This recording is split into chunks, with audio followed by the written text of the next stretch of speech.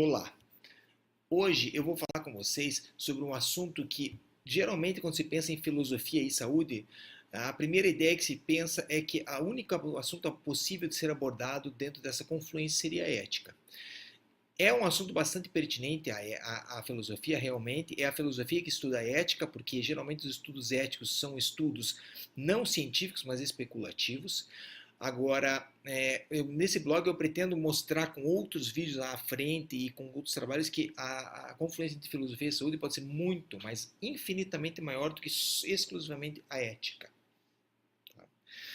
Ética e moral, aqui nesse vídeo, inicialmente, nós vamos colocar como a maioria dos filósofos entende como algo igual, como tendo o mesmo resultado de interpretação.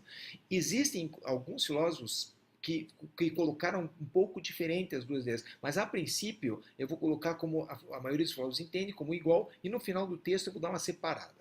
Bom, quando se pensa em ética, a ética, basicamente, em filosofia, é dividida em três escolas. A primeira delas é o utilitarismo. Tá? O utilitarismo é uma ética que pensa que a atitude ética é consequência de algo. Consequentemente, ela é chamada de consequencialista. Em linhas gerais, a ética utilitarista afirma que as ações boas promovem felicidade e as ações más promovem o oposto da felicidade. É uma ética bastante moderna, mas não é uma ética que seja aplicável em bioética, portanto eu vou citar aqui mais a nível de curiosidade. A segunda, que seria o assunto principal do trabalho que vem anexado nesse blog e do trabalho escrito que eu apresentei no Congresso Brasileiro de Bioética em Curitiba, e do PowerPoint que também foi apresentado nesse congresso, é sobre a ética teleológica, também chamada de ética das virtudes, onde o fim a ser atingido, a felicidade, só é alcançada pelo meio das virtudes, fazendo-se o bem. O fim, quando você fala em fim e pensa assim, em filosofia, em Sócrates, Platão, o fim para eles é a felicidade. O fim maior do ser humano, de todas as atitudes humanas, é a felicidade. Consequentemente, o fim maior da atitude humana quando você faz o bem é a felicidade. Aqui eu vou falar sobre a terceira escola, de uma maneira bem geral, sobre a terceira escola, que é a ética deontológica, que é a ética do dever, é a ética que norteia os nossos códigos de ética, por exemplo. Tá? Dever, deum, em latim, é o meio de se atingir um fim. É através do dever que se atinge um fim ético. E esse meio, o dever, é o fator principal. É o fator principal para se atingir o fim. Ser ético é cumprir um dever. Aqui nós estamos evocando talvez o principal dito do filósofo que norteou muito essa ética, que é o filósofo chamado Immanuel Kant. Ela, que nem eu falei, ela está presente desde a antiguidade, por exemplo, no Código de Hammurabi ou até nos Dez Mandamentos. Tá? Kant é um filósofo alemão que foi quem na verdade, sistematizou a ética dos deveres. Ele sistematizou ela e ela hoje talvez seja a ética que norteia todos os códigos de ética em todas as profissões. As leis, inclusive do nosso Código Penal, do nosso Código Civil, são todas deontológicas, ou seja, a ideia de ética para os juristas, por exemplo, não foge do conceito deontológico, ou seja, do dever. Tá?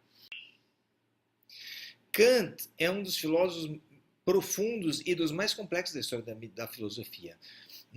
Não existe a possibilidade de, num simples vídeo, passar todo o conceito moral de Kant. Mas, resumidamente, a ética deontológica de Kant apregou que o meio a se atingir um fim moral passa pelo cumprimento dos deveres. Por isso que é chamado de ética do dever ou deontológica.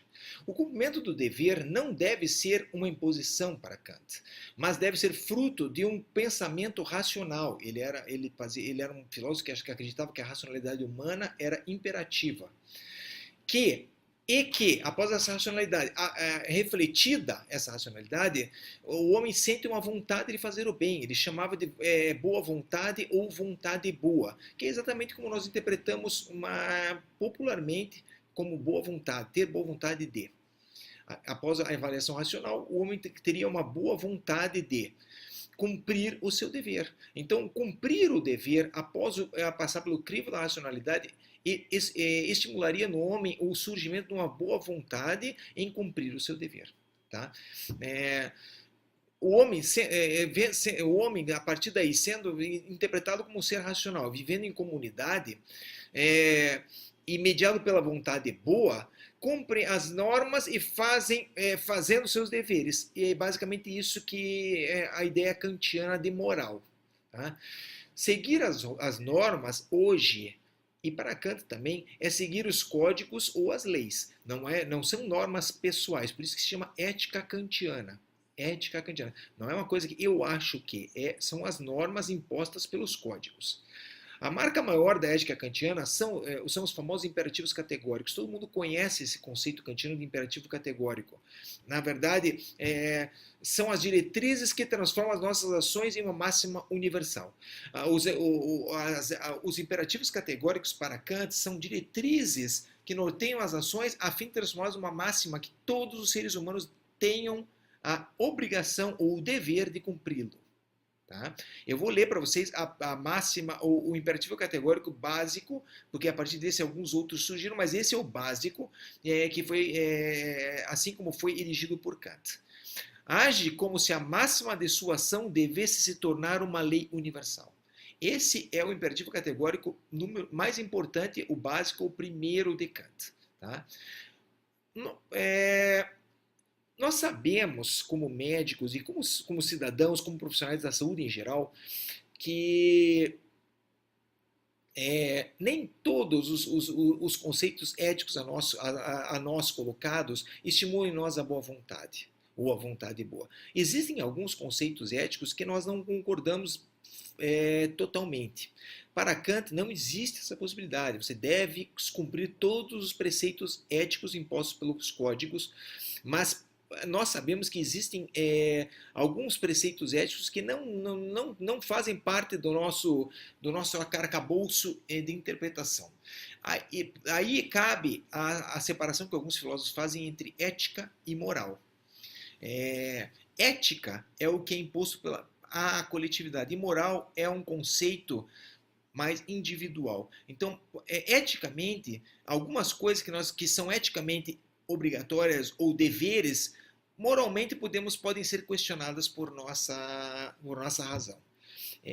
Basicamente, esse conceito leva a bastante divergência em relação às éticas deontológicas, e daí abre a oportunidade para outras interpretações éticas, como a que segue no texto e no PowerPoint que estão anexados após esse vídeo, que é a ética das virtudes.